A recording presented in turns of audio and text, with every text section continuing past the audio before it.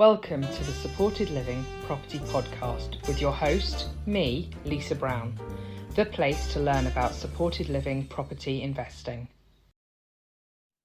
Hi, Michael. It's great to have you here today. Thank you for joining me. How are you? I'm good, thank you.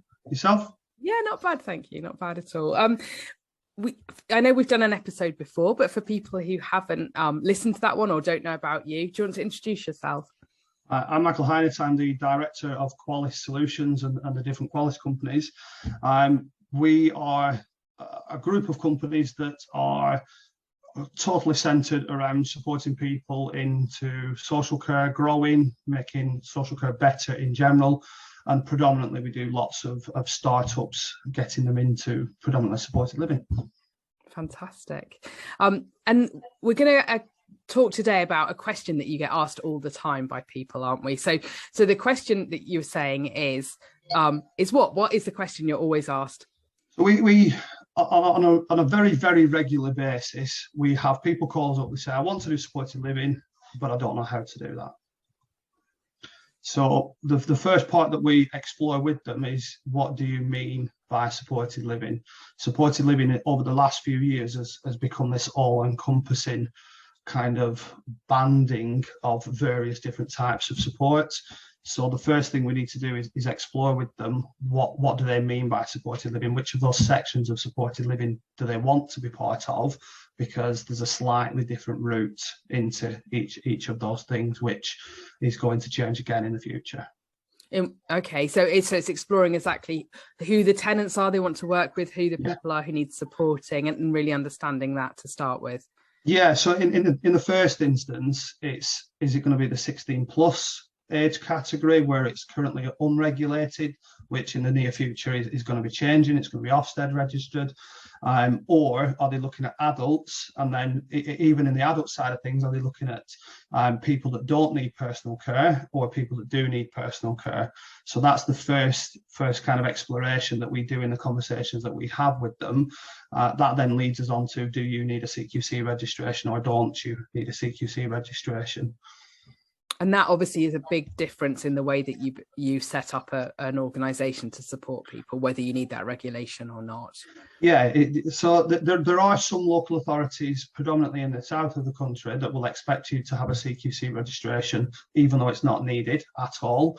But you don't get referrals if you don't have that. They kind of use the CQC registration like a kite mark, which isn't what it's for. If you do go through the route of having the CQC registration and you're delivering 16 plus properly unregulated services, you're not delivering personal care, therefore CQC won't inspect you anyway, and eventually you'll lose that registration. I'm hearing also that CQC are not very keen on even proceeding with registrations if people aren't looking like they're not delivering personal care. They won't. If you're not going to be delivering personal care, then they're not going to. If you're delivering the care, so when you look at the 16 plus element, within the Ofsted Guide to Registration, there is a section in there that says which is care, which is support. If you tick a number of those sections on the care side of things, what you should be registering then is a children's home, not providing unregulated services. And then the same for if you're supporting adults, whether they need personal care or not, is that big difference, isn't it? Yeah, and that also depends on your area as well. So when you're looking, one of the things, so once you've made that decision as to do I or don't I need a CQC registration, there's also the next step from a business perspective is, where are my referrals going to come from? So how am I going to fill the beds in the home that I'm looking at? Really, the commissioning process in most local authorities isn't the way that supported living should work. It should be people are found that do want to live together, if they want to live together, then a provider's found, and then the provider works with the housing association, RSL, to find a house. But most local authorities don't have the time to do that anymore. So what tends to happen is some sort of brokerage system where individuals come out independently. Therefore, you've got to set the house up first and then bid for individuals one at a time. That's not really the essence of what proper supported living is. But if you want to grow your business within supported living, you kind of have to engage with that kind of process. That's frustrating, isn't it, for people who want to deliver it well and want to look at, giving tenants the support and choice of who they live with. It is, yeah, and I suppose from a CQC point of view, they expect a very, very clear separation between housing and care. If you're having to do that, you're having to engage with either usually a private landlord and work skirting around the legalities of that. So if you're looking at setting up, you've got to make that decision about whether you're going to require CQC registration or not. That's the first thing that you would ask people. And then the next thing is establishing where they're going to get their referrals from, whether they're going to come from the local authority. And if they are going to come from the local authority, how do they go about getting those? What do they need to do? So when you're doing your mapping exercise for where my tenants and where my clients are going to come from, there is an element of private payers, people that manage ISFs and personal budgets, that kind of thing. But an ISF, just explain what that is for people who aren't individual service fund. So it gives people that have support needs and their families, if they're involved in it, more control around how their funding is used for that person's care. There is that element. It's nothing like it is in dom care from a private payer perspective, but predominantly your funding is going to come and your referrals are going to come from the local authority or the CCG. The CCG tends to be more complex people, which from a business perspective, more complex, generally a higher hourly rate, but obviously that brings risks. And also because of the industry that we're working in, we're working with people's lives. So when we're dealing with people and we're talking to them and they come along and say, we want to do complex care because we know it's more of an hourly rate, we explore their history, their organisational structure, their experience. And if they can't do that complex level of support, then we advise them not to do that complex level of support, because the consequences for the person they're supporting are incredible, but also the consequences for their business are, it could ruin your business if you fail with somebody that's very, very complex. And it's very, very difficult to get right, isn't it? We're talking about people with such high complexity in their support needs that you need a lot of experience generally to deal with them. So if you have someone coming to you who's got not a lot of experience, maybe they've worked as a carer in an organisation, or they've got a little bit of support experience, you would suggest for them to start with lower level support requirements, would you? Yeah, I think again though, from a CQC perspective, if you don't have experience of managing the regulated activity, then you're not going to get registered. They expect you to have that experience of managing personal care within the community. So if you've done dom care but not supported living, it's very difficult to get that registration in the first instance. If you've been a manager or an area manager within supported living and then decided you want to do supported living for yourself, as long as you've got the financial backing, so whether that's savings or whether there's an investor, then from a registration point of view, that's a much clearer process. And then once they've got through that process and they're looking for the referrals, it's then a case of finding those referrals. So there's a few different ways it can be done. It can be done through direct relationships and speaking and to the local authority and getting spot placements. Most local authorities have some sort of framework in place now and very rarely go off it. If the framework's open, brilliant. It's a case of finding where the framework is hosted. So that can be your Pro Contracts is probably the main one that's used, but there's a few different ones. There's a Sprock system, there's the Intend system. So finding where your local authority is hosting their tenders is critical. And how would you find that out? How would you find where it's hosted? Google. Okay. It's as simple as Googling your area and tenders, ignoring the adverts that are trying to charge you to see tenders. They're all free. Finding the local authority, there'll be something on there that says view current opportunities, work with the council, something like that. Click that link. That will then take you to the actual hosting platform, which will either be Pro Contract, Practice Plaza, Intend, and then it's finding the tender on there, which again is a little bit of a savvy search. Sometimes they don't call it quite what it is. There'll be a supported living tender hidden within community opportunities or something like that. So there is a bit of an art to finding the tenders. We do put out occasionally a tender list. We haven't done it since October because we're just constantly booked 2 months in advance with our tenders. I do keep saying I'm going to do it, but the time just is. I'm terrified of doing it because as soon as I do it, I get an influx of people wanting tenders doing, and I don't want to turn people away. So once you've found it, And I suppose that the other bit of a caveat is not being committed to a particular area. So if you're in an area where you don't qualify for the tender, so some of the tenders will require that you've got to have a good rating with CQC, which you can't get because you don't have clients, therefore they won't inspect you. You then have to be flexible. Are the frameworks available around you? Can you travel? Can you operationalize something that's an hour away? So you've got to be flexible depending on whether you can be. You know, the worst case scenario is somebody's already committed to a house, which obviously you've seen things that I've done before. Don't commit to a house first. And they're trapped. You know, they have no choice but to either just keep pestering the local authority or look for out-of-borough placements, which from an adult's perspective is something that most local authorities don't like. And again, CQC as part of the registration will ask questions about whether you will be focusing on out-of-borough placements or not.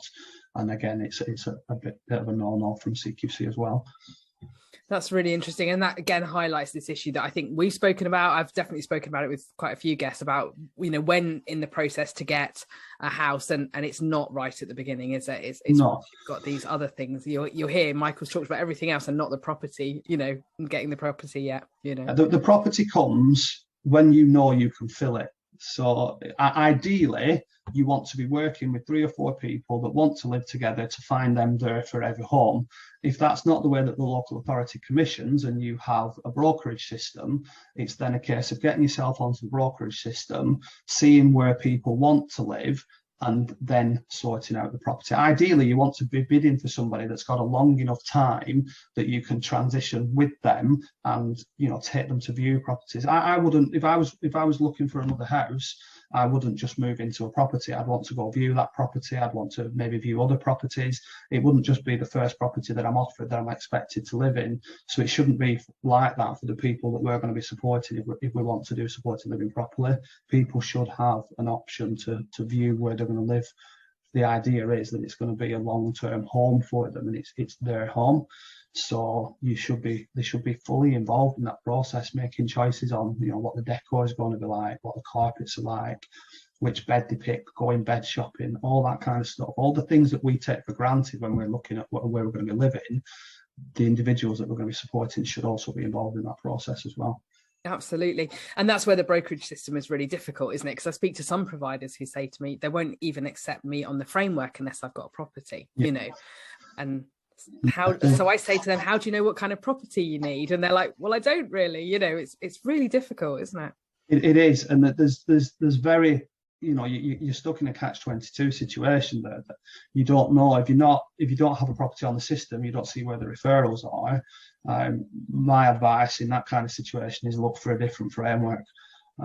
You're either going to have to commit to a property, which it can be, you know, lots of unscrupulous landlords out there will see the word supported living and the rent immediately doubles. I've got a provider that's paying $3,000 a month for a 3-bedroom property, and that's going to be LHA rates. They're never going to cover it, so there's going to have to be a supplementary payment from the care company, and the profit margins on care aren't massive anyway, so that they're not going to make any money from that service at all. And whilst profit shouldn't be the focus, it has to happen, because if a business isn't profitable, it's not sustainable. No, absolutely. And you need some money for repairs, and you need money to, you know, for staff and everything else that you need. It's bonkers, isn't it? And I think it's a really valid point about, you know, and that also falls back to the landlords, doesn't it, about doing the due diligence on the providers to understand actually, are you in a position to take referrals? Have you got someone ready to go into this property, you know? Well, one of the things that we do when we're working with registered social landlords, and one of the things that they expect is some sort of commitment from the local authority that they need that service. And whilst that's brilliant, because you know that it's going to be filled and it's less of a business risk, getting that commitment from the commissioners is incredibly difficult, especially as a new provider. I mean, even part of the CQC registration process is to get some sort of commitment that the local authority need more providers in the area. But if you look at any market research or any tenders that are out there, if you look at the statistics of placements, most of them are looking for they've got a backlog of people that need additional provision. They're either in provision at the minute where it's not quite right for them, or they've been looking for a while and nobody's able to pick it up. The system at the minute isn't working as it should be. It's much more difficult than it should be, really. So is there a way that those new providers can get that kind of, sorry, there's a back thing, weird noise there. Is there a way that the providers can get that kind of assurance from the local authority? Some will, some won't. It's a case of finding out who to speak to and then consistently emailing them with, this is what we're able to offer, this is why we've set up, talking to them about who and what you are, and hoping that that's listened to. The other option is, one of the things that we do is, if we get onto a tender, and we've done it for a few other businesses that we work with, but it's something that we do in our own supported living business, is if we get onto a framework, we try and sit down with the local authority just to properly introduce ourselves and talk to them about where their pinch points are. Do they need apartment complexes? Is it a case of single services? That kind of stuff, and to start forming those relationships. It's when we do tender for people, so we tend to have a lot of repeat business. So we might support somebody through the CQC registration phase, and then we won't hear from them again. They'll have a go at doing a couple of tenders themselves. They might not be successful. They'll come back to us. We'll write the tenders for them, and we work with them to pull the essence of their business into that tender. Then they'll be successful. They'll have a go at doing the mini bid part of it with the brokerage system. They won't be successful with that, so they'll come back and we'll teach them how to do that as well. And it's all about how you represent your business. If you're not representing yourself as a professional and educated business that knows what it's doing, if you're not showing that you're reading the assessments that come through as part of the mini bids, and you're not presenting your finances in the right way, then you're not going to be successful.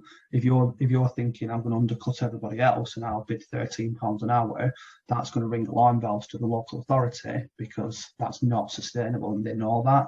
Likewise, if you're bidding £25 an hour, why would they pay £25 an hour when everybody else is charging £17 an hour? So there's a lot of due diligence to be done when you're putting your costings together for the local authority, whether it's at the tender part or whether it's at the mini bid section. It's so complex, isn't it? And there's so many different moving parts to pull together when you're setting up as a new provider. And I think, this conversation really demonstrates all of those different pieces that are really key. And I think, I think you and I both speak to a lot of providers who are trying to get started by themselves, like you said, think they can get through things, and then reach a lot of stumbling blocks. And I think they waste an awful lot of money, don't they? A lot of the providers that I've spoken to. They do, yeah. I think that there's lots of, I think we mentioned this last time, there's lots of people that will tell you what you want to hear. And I think one of the reasons why we've been such a successful consultancy company is we won't. So if you come to us with a stupid idea, we'll tell you it's a stupid idea. But it works. People know exactly where they stand with us. We line things out in steps. We make it simple. This is what you need to do. This is what you need to do. If you want to involve us in that process, you can do. If you don't, you want to have a go yourself, then by all means do that. It's like with tenders. People will come to us for tenders, and they're not cheap, but we're very successful at writing them. We'll say, pay for us to do a couple of tenders, and then you'll see the way that we structure a tender. You'll be able to see how the answer references against the specification. You've then got everything you need. Obviously, you can't copy and paste from one tender to another, but you can then structure the answers in the same way to answer other tenders yourself. The only difference with paying us for future tenders is time. We can write a tender in a week that it might take somebody that's not an experienced tender writer 3 weeks. And in that time, they could be doing 3 weeks of relationship building, assessments on new individuals. So it's about managing your time properly and investing your time into the bits that you're good at, and paying somebody else to do the bits that you can't do, instead of just beating the same drum over and over again. If you're repeatedly making contact or trying to make contact with a local authority and it's not going anywhere, look somewhere else would be my advice. And I think the other thing again, having spoken to lots of new providers in this space, is that not everybody who's saying that they will help you set up and acting as a consultant is sadly the right person to be helping people. And I've spoken to people who've lost a lot of money. So if you are looking to work with consultants, do your due diligence, check them out, talk to people that they've worked with, and really understand that whether they are giving you the value and they actually know what they're talking about, you know. Yeah, there's you know, it's easy enough to do due diligence on people these days. If people have a LinkedIn profile, if they've got, you know, if they've been an established consultant, they should have some sort of reviews. Speak to people within your, you know, your networks and your community. You'll get feedback and listen to that feedback. Don't just go to the first person that says, yes, I can do this. And also, you know, try the different prices. If somebody's saying they can do something for 800 quid that everybody else is saying is 2.5 grand, then there's a reason for that. Just because somebody did one CQC registration 5 years ago doesn't mean that they're going to be able to meet the current spec. We've been doing CQC registrations now and supporting people with CQC registrations for about 3 years. And in that time period, the expectations from CQC have changed easily 6-7 times. So you've got to be on the ball with that process. Amazing. There've been so many great tips and bits of advice in here, Michael. Thank you ever so much for that. We'll put your contact details in the show notes so people can find you if they want to. And yeah, thanks very much. Brilliant. Thanks.